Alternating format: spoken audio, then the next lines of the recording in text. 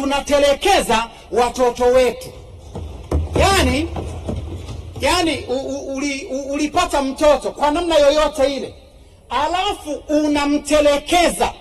Majukumu yote ya matunzo, ya malezi anaachiwa mama.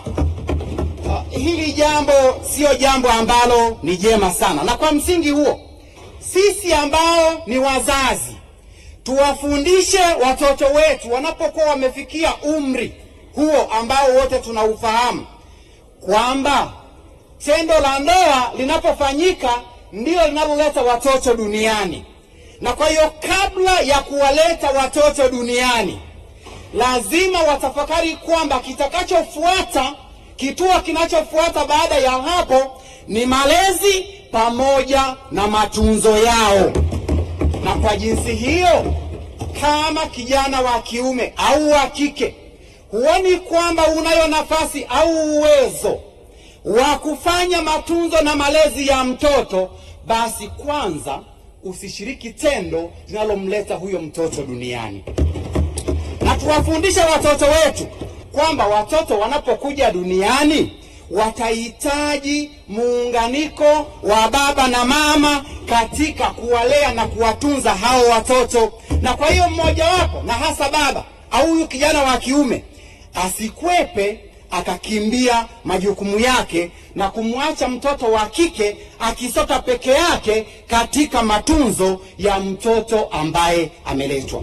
Na kwa jinsi hiyo, tunadhani kwamba sisi kama wazazi tunayo sababu ya kuchukua muda wa kutosha kuiweka hii elimu kwa watoto wetu, ili wajue kabisa kwamba ili tuweze kuwa na jamii ambayo ina ustawi, lazima malezi ya watoto yaanze na wazazi wawili ambao wametamani kuwa na familia.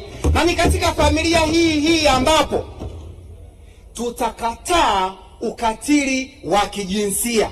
Ni katika familia hii ambapo tutatoa elimu ya kukataa ushoga. Ni katika familia hizi tutaweza kukilinda kizazi hadi kizazi. Sasa, Mheshimiwa Mwenyekiti, pamoja na kupendekeza kwamba elimu hii itolewe ndani ya familia, tuna sababu ya kuviomba vyombo vyetu vya habari viweke vipindi maalum kwa ajili ya elimu ya familia. Yani utakuta TV news, media outlet nyingi haziweki kipindi hata kimoja katika jambo hili la msingi ambalo ndilo linalojenga ustawi wa jamii yetu. Kwa hiyo pendekezo langu, Mheshimiwa Waziri, asubuhi ya leo ni kwamba tuviombe vyombo vyetu vya habari, elimu hii ya ustawi bora wa familia viingizwe, viwe na kipindi maalum kwa ajili hii, ili elimu hii iendelee kutolewa kila mahali. Na elimu hii itakapokuwa imekuzwa sana katika familia zetu, iwe ni nyumbani, iwe ni katika taasisi za dini, iwe ni katika media outlets, maanake ni kwamba itasaidia sana taifa kupunguza watoto wa mtaani. Mheshimiwa Mwenyekiti, hakuna mtaa unaobeba mimba kwamba mtaa unazaa watoto wakawa wa mitaani. Hapana, ni kwa sababu mzazi mmoja amekataa majukumu yake, hatimaye tunapata watoto wa mitaani. Kwa hiyo hakuna mtaa wenye watoto ni wa baba na mama, na elimu hiyo lazima ikuzwe katika familia zetu.